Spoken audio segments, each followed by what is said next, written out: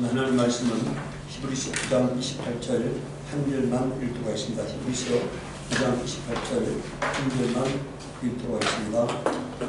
이와 같이 그리스도께서도 많은 사람의 죄를 짊어지시고 단 한 번 자기 몸을 제물로 바치셨고 두 번째로는 죄와는 상관없이 자기를 기다리고 있는 사람에게 나타나셔서 구원하실 것입니다. 이 한 구절에 예수 그리스도의 죽음과 예수 그리스도의 재림에 대해서 오늘 말씀하고 있습니다. 오늘은 부활주일 예배로서 예수의 죽음과 부활에 대해서 살펴보고자 합니다. 예수의 죽음이 어떤 죽음이냐는 거예요. 예수의 죽음은요, 첫 번째는 종교적 죽음이에요. 종교 법정에서 대제사장과 서기관들과 종교 지도자들이 모인 이스라엘의 종교 법정에서 예수는 자신을 가리켜서 하나님의 아들이라고 한다 함으로써 참나마다에서 자신을 하나님의 아들이라고 하는 것은 마치 자기가 하나님이라고 하는 것과 동일한 거라고 해서 참나마다에서 그를 죽여야 한다고 하는 것이 종교법정의 결과입니다. 그래서 예수는 이스라엘 종교법정에서 사형에 해당하는 죄로 정함을 받고 죽임을 당했던 것입니다. 그러니까. 두 번째는요, 이건 법적 죽음이에요.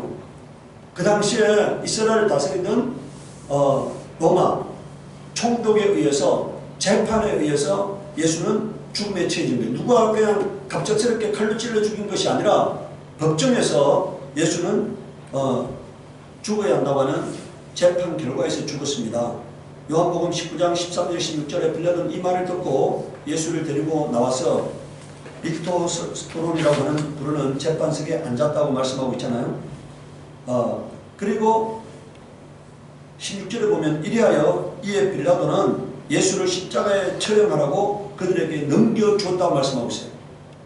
16절에 빌라도가 재판석에 13절에 앉았고 그 재판의 결과 예수를 십자가에 처형하라고 넘겨주었다 이겁니다. 세 번째는요, 예수 그리스도의 죽음은 의학적 죽음이에요. 그냥 우리가 이렇게 까무러쳤다가 살아나는 그런 죽음이 아닙니다. 그러니까. 예수께서 요한복음 19장 30절 34절에 예수께서 신포도주를 받으시고 다 이뤘다고 말씀하신 뒤에 머리를 떨어뜨리고 숨을 거두셨잖아요. 숨을 거두셨어요. 그런데 이 숨을 거두셨다는 것만으로 예수가 부활하면은 사람들이 세상에도 까무러쳤다가 살아나는 사람이 있다 이렇게 조롱하고 비하면 그럴 거 아닙니까? 그런데 우리가 이 34절에 보면은 그러나 병사들 가운데 하나가 창으로 그의 옆구리를 찌르니 곧 물과 피와 물이 흘러나왔다고 말하고 있어요. 예수가 죽었는데 그 죽음을 확인하기 위해서 창으로 옆구리를 찌르다 이겁니다. 그래서 물과 피가 다 쏟아졌다고 성경에 전언하고 있어요. 그러니까 아주 확인사살을 한 물과 피를 다 쏟으신 그런 완전한 의학적 죽음인 거예요. 그러니까. 오늘 이 예수 그리스도의 죽음이 종교적 죽음이고 법적 죽음이고 그 다음에 의학적 죽음이라는 사실을 통해서 뭘 말하려고 하느냐? 예수의 죽음은 역사적 사실이라는 거예요. 그러니까. 신화가 아니라는 것입니다. 그러니까. 오늘 수많은 사람들이 신화를 만들어 놓고 당군 신화도 만들어 놓고 수많은 신화를 만들어 놓고 그 신화를 쫓아가지만 예수 그리스도의 죽음은 이와 같이 종교적이고 법적이고 그 다음에 의학적 죽음을 통한 역사적 사실이라는 것을 말하려고 하는 것입니다. 성경이. 그럼 오늘 우리가 이 예수 그리스도의 죽음이 무엇을 의미하느냐는 거예요. 그러니까. 로마서 6장 10절에 보면은 예수께서 죽으신 죽음은 죄에 대하여 단번에 죽으신 것이요 이렇게 말했잖아요.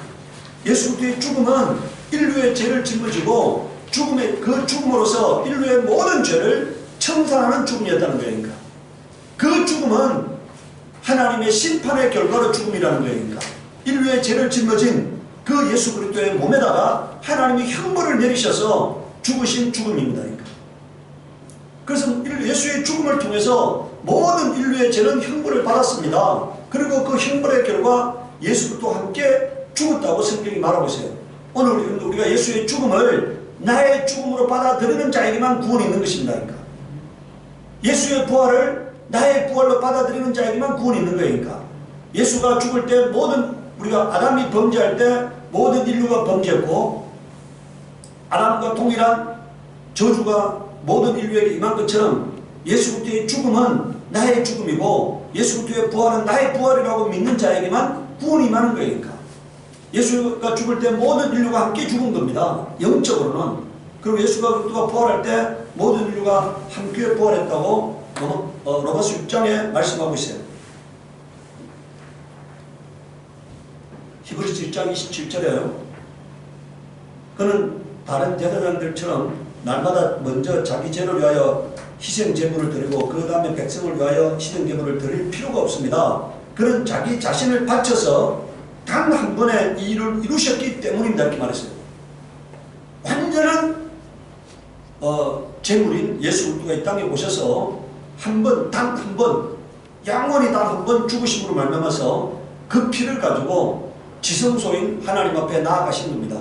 그래서 하나님이 그 제사를 받으셨기 때문에 인류가 구원을 받을 수 있는 것입니다. 히브리서 9장 12절에 단 한 번의 지성소에 들어가셨습니다 말하고 있잖아요. 그는 염소나 송아지의 피로서 아니라 자기의 피로서 우리에게 영원한 구원을 이루셨습니다. 이렇게 말하고 있어요. 염소와 황소의 피는 우리 육체가 범한 죄를 사할 수가 있습니다. 그런데 우리의 영적 죄는 염소와 황소의 피로는 안 된다 이거니까. 의인 예수 그리스도의 피, 하나님의 영원한 생명인 예수 그리스도의 피로만 우리가 죄의 사함을 받을 수가 있는 것입니다. 히브리서 9장 28절에 이와 같이 그리스도께서도 많은 사람의 죄를 짊어지려고 단 한 번 자기 몸을 제물로 바치셨다는 게 말이잖아요. 많은 사람의 죄를 짊어지시려고 예수 그리스도의 몸을 제물로 바치셨다. 그래서 예수 그리스도를 우리가 화목 제물이라고 말하잖아요. 화목 제물. 하나님과 우리를 화해시킨 화목 제물이다. 히브리서 10장 10절에는요. 이 뜻을 따라 예수 그리스도께서 자기 몸을 단번에 들이심으로써 우리는 거룩하게 되었습니다. 이렇게 말했어요. 우리가 거룩하게 될 것이다가 아니고 뭐라고요? 거룩하게 되었다는 거잖아요. 예수 그리스도께서 자기 몸을 이미 하나님께 2000년 전에 드렸잖아요. 그래서 우리가 거룩하게 되었다는 것입니다. 오늘 우리가 여기서 알아야 할 것은요. 예수의 죽음으로 모든 인류의 죄는 청산되었다고 믿어야 합니다. 나의 죄가 청산되었다는 사실을 믿어야 하니까 어느 누구도 죄 때문에 지옥 가지 않습니다. 그러니까 예수 믿는 사람이든 예수 안 믿는 사람이든 죄 때문에 지옥 가지 않아요. 지옥 가는 이유는요. 예수가 없어서 지옥 가는 겁니다. 모든 인류의 죄는 예수님께서 2000년 전에 해결하셨어요. 아담의 죄도 해결했고 내가 앞으로 짓는 죄도 해결하셨습니다. 그러니까. 그런데 예수 그리스도가 생명이잖아요. 그 생명이 없어서 지옥 가는 거지 죄 때문에 지옥 가지 않아요. 만약에 죄 때문에 지옥 간다면은 마귀가 사망 권세자로서의 그 권세가 남아있게 되는 것입니다. 그러니까. 마귀는 이제 아무것도 할 것이 없게 되었으니까. 죄를 짓겠다 하더라도 그 죄가 더 이상 이 인류를 지옥까지 끌고 갈 수 없게 되었다. 그러니까. 오늘 우리는 그 사실을 믿는 겁니다. 그러니까. 내가 앞으로 짓는 죄도 예수 그리스도를 믿으면은 그 죄가 무효가 된다고 사실을 믿어야 하니까. 그래서 지옥 갈 죄는 더 이상 없습니다. 모든 사람은 하나님의 은혜 받을 자격이 생겼어요. 누구나에게 구원의 문이 열렸습니다.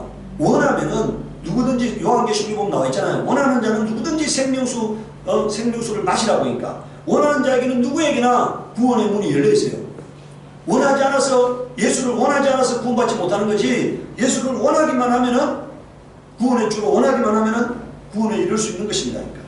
두 번째 우리가 이제 큰 두 번째 예수의 부활이 무엇을 의미하느냐? 누가복음 24장 36절 43절에 그들이 이런 이야기를 하고 있을 때 예수께서 몸소 그들 가운데 들어서서 말씀하셨다. 너희에게 평화가 있거라.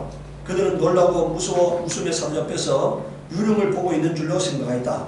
예수께서 그들에게 말씀하였다. 어찌하여 너희는 당황하느냐? 어찌하여 마음에 의심을 품느냐? 내 손과 내 발을 보아라. 바로 나다. 나를 만져보아라. 유령은 살과 뼈가 없지만 너희가 보다시피 나는 살과 뼈가 있다. 그러니까 예수 그리스도의 부활은 뭡니까? 살과 뼈가 있는 부활이라는 거잖아요. 영체가 사는 것이 아니라 영적 몸이 사는 거다. 그러니까 영이 사는 게 아니에요. 영적 몸이 사는 겁니다. 그러니까. 그래서 아직도 제자들이 이 사실을 믿어지지 않잖아요. 인류는 한 번도 완전하게 죽었던 자가 부활하는 것을 본 적이 없잖아요.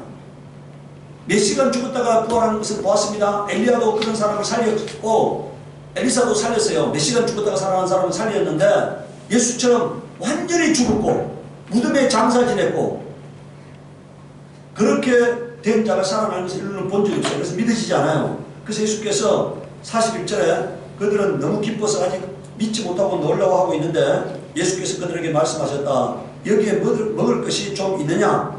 그래서 그들이 예수께 구운 물고기 한 토막을 드렸다. 예수께서 받아서 그들 앞에서 잡수셨다니까.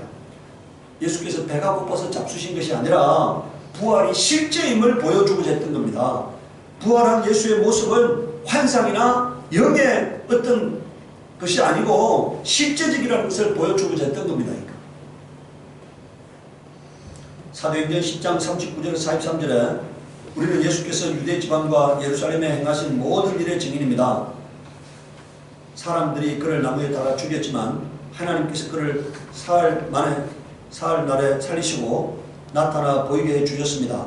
그를 모든 사람에게 나타나게 하신 것이 아니라 하나님께서 미리 택하여 주신 증인 우리에게 나타나게 하셨습니다. 그가 죽은 사람들 가운데서 살아나신 뒤에 우리는 그와 함께 먹기도 하고 마시기도 하였습니다. 이게요, 베드로의 믿음의 큰 근간이 두 가지가 있어요. 베드로가 십자가에 거꾸로 달려 죽을 때까지 예수 그리스도를 부인하지 아니한 두 가지 큰 권한이 있는데, 하나는 예수님께서 변형선상에 갔을 때 변화된 모습입니다. 그것이 베드로의 아주 일생의 믿음의 근간이 되었고요. 또 하나는 예수 그리스도가 부활하고 난 다음에 그 지금 위에 생선을 드리니까 구운 생선 한 토막을 드셨잖아요. 그것이 베드로의 일생 흔들리지 않는 믿음의 근간이 되었다고 오늘 고백하고 있는 것입니다. 오늘 여러분들에게도 이 사실이 믿어지지 않으면 그 믿음은 헛것입니다. 42절에 보십시오. 이 예수께서 우리에게 명하시기를 하나님께서 자기를 살아있는 사람과 죽은 사람들의 심판자로 정하신 것을 사람들에게 선포하고 증언하라고 하셨습니다. 이 예수를 두고 모든 예언자가 증언하기를 그를 믿는 사람은 누구든지 그의 이름으로 죄사함을 받는다 하였습니다. 자, 뭐라고요? 지금 베드로가 뭐라고 증언하고 있습니까? 이 예수를 믿는 사람은 누구든지 어떻게 된다고요? 죄사함 받는다 이니까. 죄사함 받는다 이니까. 누구든지 죄사함 받는다고 성경이 증언하고 있다는 것입니다. 고린도전서 15장 3절에서 8절은요, 바울의 믿음을 우리가 볼 수가 있습니다. 나도 전에 받은 중요한 것을 여러분에게 전해드렸습니다. 그것은 곧 그리스도께서 성경대로 우리 죄를 위하여 죽으셨다는 것과 무덤에 묻히셨다는 것과 성경대로 사흘 날에 살아나셨다는 것과 게바에게 나타나시고 다음에 12제자에게 나타나셨다고 하는 것입니다. 그 후에는 그리스도께서 한 번에 500명이 넘는 형제 자매들에게 나타나셨는데 그 가운데 더러는 세상을 떠났지만 대다수는 지금도 살아있습니다. 그래서 500명이 어떤 장면에서 500명입니까? 예수님께서 부활 승천할 때 그 현장에 있던 사람들이 500명이라는 얘기니까. 부활하고 난 다음에 40일 동안 계시다가 하늘로 승천할 때 그걸 바라본 자들이 500명이라는 거니까.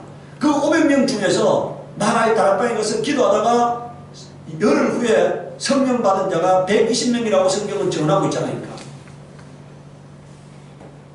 그런데 이 성경이 쓰여질 당시에도 그 500명 중에 상당한 사람이 살아있다는 겁니다.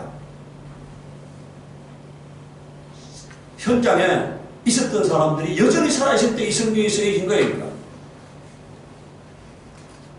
7절에 보십시오. 다음에 야고보에게 나타나시고 그 다음에 모든 사도들에게 나타나셨습니다. 그런데 맨 나중에 다리 차지 못하여 난 자와 같은 나에게도 나타나셨습니다. 이렇게 말합니다. 이것은 뭡니까? 다메섹 도상에서 바울을 만나주신 예수님을 지금 설명하고 있잖아요. 오늘 여러분들에게도 부활이 믿어질 때만이 그 믿음이 참 믿음이 되는 거예요. 세 번째, 예수의 부활이 갖는 영적 의미가 뭐냐에 대해서 우리가 알아야 하는데, 첫 번째는 예수의 부활이 갖는 영적 의미 첫 번째는 죄사함입니다. 요한복음 17장 19절에 그리고 내가 그들을 위하여 나를 거룩하게 하는 것은 그들도 진리로 거룩하게 하려는 것입니다. 이렇게 말하고 있어요. 내가 그들을 위하여 나를 거룩하게 하는 것이라고 말하고 있잖아요. 예수님이 성경을 100% 이루신 것, 하나님 말씀에 절대 복종하신 것은 예수님이 의인이 되셔야만이 우리를 구원할 수 있기 때문입니다. 의인은 인간이 하나도 없다고 말씀하셨는데 성경 처음부터 끝까지를 100% 준수한 의인, 율법을 100% 지킨 의인, 율법의 관점에서 유일한 의인이 바로 예수 그리스도다니까. 그 예수님께서 100% 성경을 성취하셨기 때문에 하나님의 관점에서 의인이고, 의인이기 때문에 누구를 위해서 대신 죽어줄 수 있는 것입니다. 그러니까 죄인은 대신 죽어줄 수 없어요. 우리가 생명을 잃은 피는 생명 있는 피로 대체되어야만 살 수 있는 거잖아요. 이와 마찬가지로 죄인은 죄인을 살릴 수가 없습니다. 의인만이 죄인을 살릴 수 있는데 예수님께서 자신이 의인이 되어야만이 인류를 구원할 수 있기 때문에 자신을 거룩하게 한다고 말씀하고 있는 겁니다.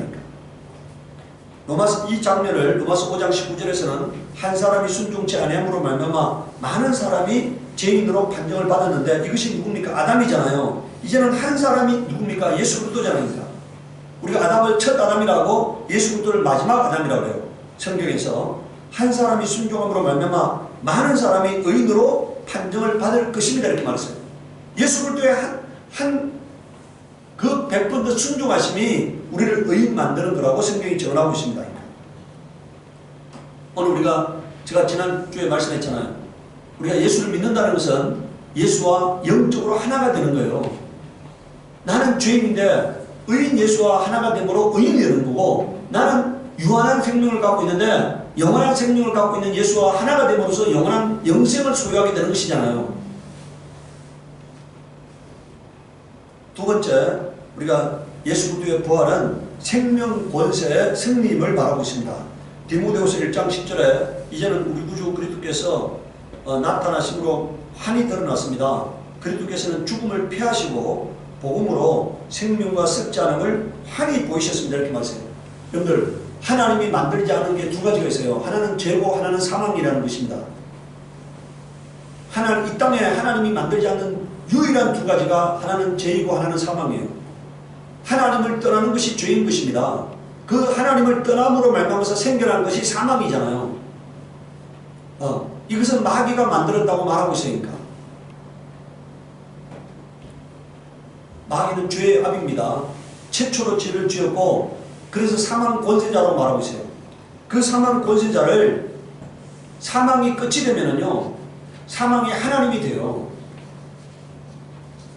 사람이 태어나가지고 죽음이 끝이 되면은, 죽음이 결국이 되면 이것이 궁극적 진리가 되잖아요.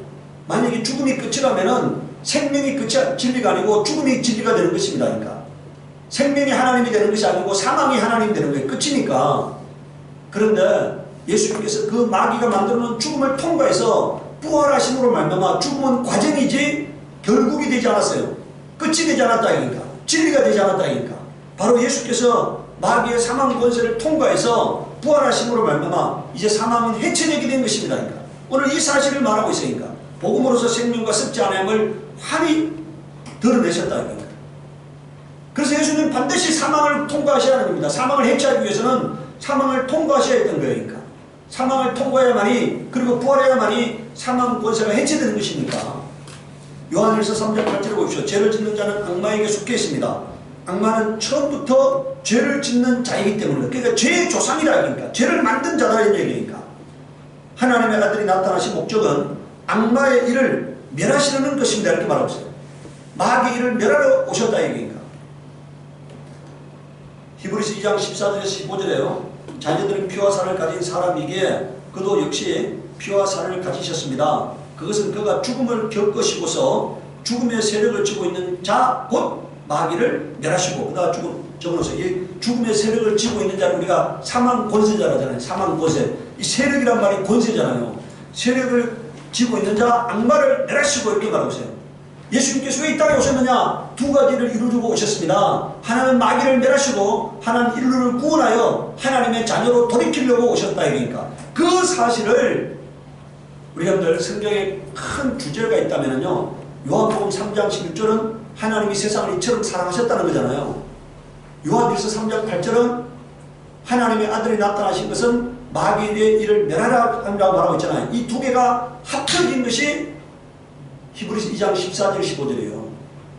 요한복음 3장 16절하고 요한일서 3장 8절이 두 개가 합쳐진 것이 바로 히브리서 2장 14절 15절입니다. 마귀를 멸하고 인류를 구원하려 이 땅에 오셨다고 밝히 전하고 있습니다. 여러분들 거기 보십시오. 15절에 또 일생 동안 죽음의 공포 때문에 종로로 타는 사람들을 해방시키기 위함이었습니다. 이렇게 말했잖아요. 예수님께서 대신 죽음으로 말미암아서 이제 예수와 연합된 자는 죽을 수 없는 것입니다. 한 번 죽는 건 정한 거예요. 우리 여러분들 저 매미가요, 유충을 물에다 놨는데 물속에 있을 때는 하늘을 날 수 없잖아요. 그 물속에 있을 때는 날개가 있으면 물에서 살 수가 없잖아요. 그런데 물에서 올라와 가지고 탈피를 하게 되면은, 우월을 하게 되면 어떻게 됩니까? 이제 날개가 펼쳐지잖아요. 우리가 이 땅에서 죽는 것은요, 이 육체를 가지고서는 하늘에서 영원히 살 수가 없어요. 그 육체를 벗는 과정이지 끝이 아니다 이거니까. 그리스도 안에서의 죽음은, 그래서 데살로니가 후서에는 죽음에 대해서 너무 슬퍼하지 말라고 말하고 있으니까, 새로 믿지 않는 사람들처럼 슬퍼하지 말라고 하니까, 이것은 새로운 세계로의 여행을 시작하는 것이지, 한번 죽는 것은 모든 사람에게 정한 건데, 그것은 새로운 세계로의 여행이지 죽음을 두려워하지 않습니다. 왜? 영원한 세계가 있다는 걸 믿기 때문에. 그래서 오늘 우리가 15절에 일생 동안 죽음의 공포 때문에 종로로 타는 사람들을 해방시키기 위함이었습니다 말하고 있어요. 예수 믿지 않는 사람은 죽지 않으려고 발버둥칩니다. 예수 믿는 사람들에게도 뭐라고요? 죽지 않으려고 발버둥칩니다. 이건 가짜 믿는 자예요. 예수 믿는 자들마저도 죽지 않으려고 발버둥칩니다. 그것은 가짜 믿는 거다. 오늘 여러분들과 저에게 진짜 믿음이 있다면 죽는 날이 가장 행복한 날이 될 거라고 믿습니다. 억지로 죽으려고 하면 안 돼요. 그리스도인에게는 사명이 있습니다.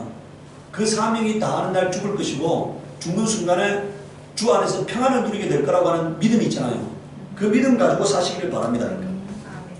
세 번째는, 여러분들 이 예수 그리스도의 부활은 사람의 부활을 말해주려고 하는 거예요. 그러니까 사람의 부활. 베드로후서 1장 3절 4절에 우리 주 예수 그리스도의 하나님 아버지께 찬양을 드립시다. 하나님께서는 그 큰 신자비로 우리를 새로 태어나게 하셨습니다. 그리하여 그는 죽은 사람들 가운데서 예수 그리스도가 부활하심으로 말미암아 우리로 하여금 산 소망을 갖게 해주셨으며, 썩지 않고 더러워지지 않고 낡아지지 않는 유산을 물려받게 하셨습니다. 이렇게 말했잖아요.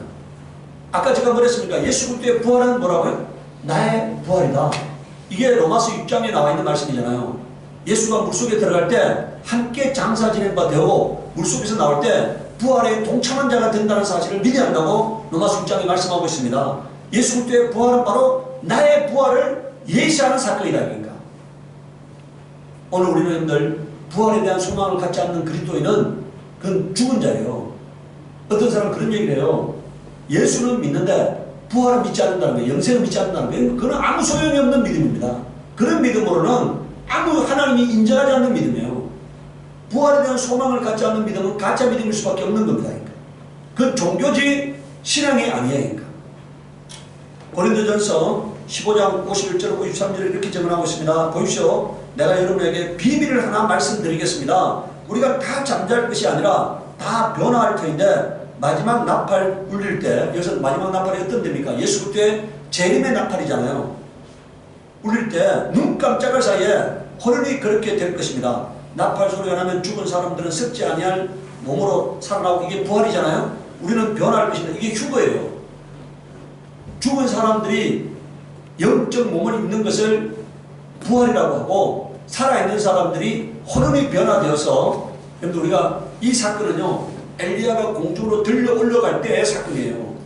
엘리야가 공중으로 올라갈 때 어떻게 됐습니까? 그 몸에서 옷이 떨어졌잖아요. 그것이 예시하는 사건인데, 우리의 부활은 이런 몸이 필요한 것이 아니라 영적 몸을 입는 변화가 일어날 것을 말씀하고 있습니다. 53절에 보십시오. 썩을 몸이 썩지 않을 것을 입어야 하고, 죽을 몸이 죽지 않을 것을 입어야 합니다. 이렇게 말했죠. 이게 변하고 휴겁니다. 빌립보서 3장 20절 21절에는요. 그러나 우리의 시민권은 하늘에 있습니다. 그곳으로부터 우리는 구주로 오실 주 예수 그리스도를 기다리고 있습니다.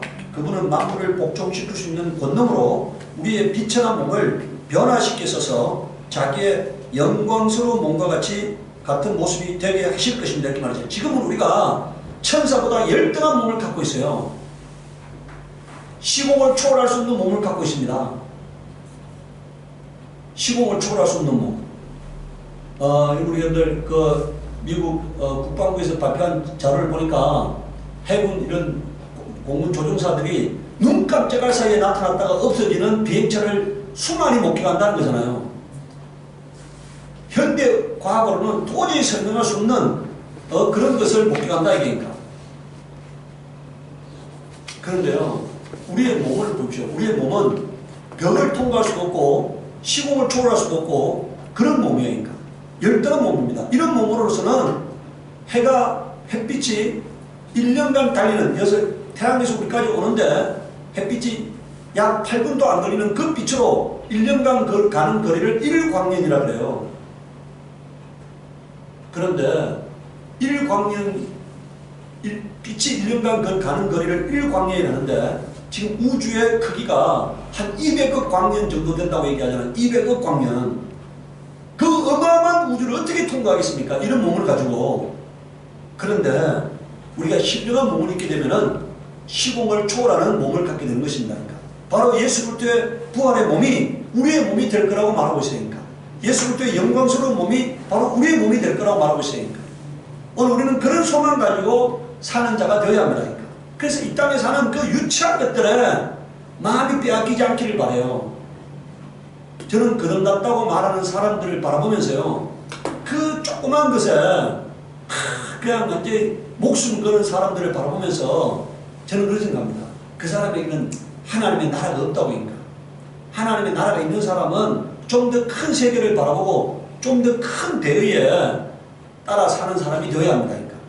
오늘 우리가 시간에 기도할 때 하나님, 내가 이제 영광스러운 예수 그리스도의 몸과 같은 그런 몸을 갖고 예수 그리스도와 같은 그런 벗에 있는 사람으로서 하나님 나라에 영원히 살 거라는 소망을 가지고 오늘 우리가 예수님을 믿고 예수님 앞에 복종하고 예수님을 위해서 사는 자가 되게 하시옵소서 기도하겠습니다. 거룩하신 하나님, 우리 아버지여, 이 시간에 간구합니다. 우리가 참으로 예수 그리스도의 부활을 통해 우리의 부활이 실제적임을 믿습니다. 주여, 우리에게 참으로 영원히 사는 길을 보여주시고 영원히 사는 나라에 대한 소망을 갖게 하신 예수님 감사합니다. 우리가 그 나라를 위해서 살아가게 하여 주시옵기를 원합니다. 우리에게 부활의 표대가 있습니다. 그 표대를 향해 달려가는 자가 되게 하시옵소서 감사하고 예수님을 받들어 기도드리옵나이다.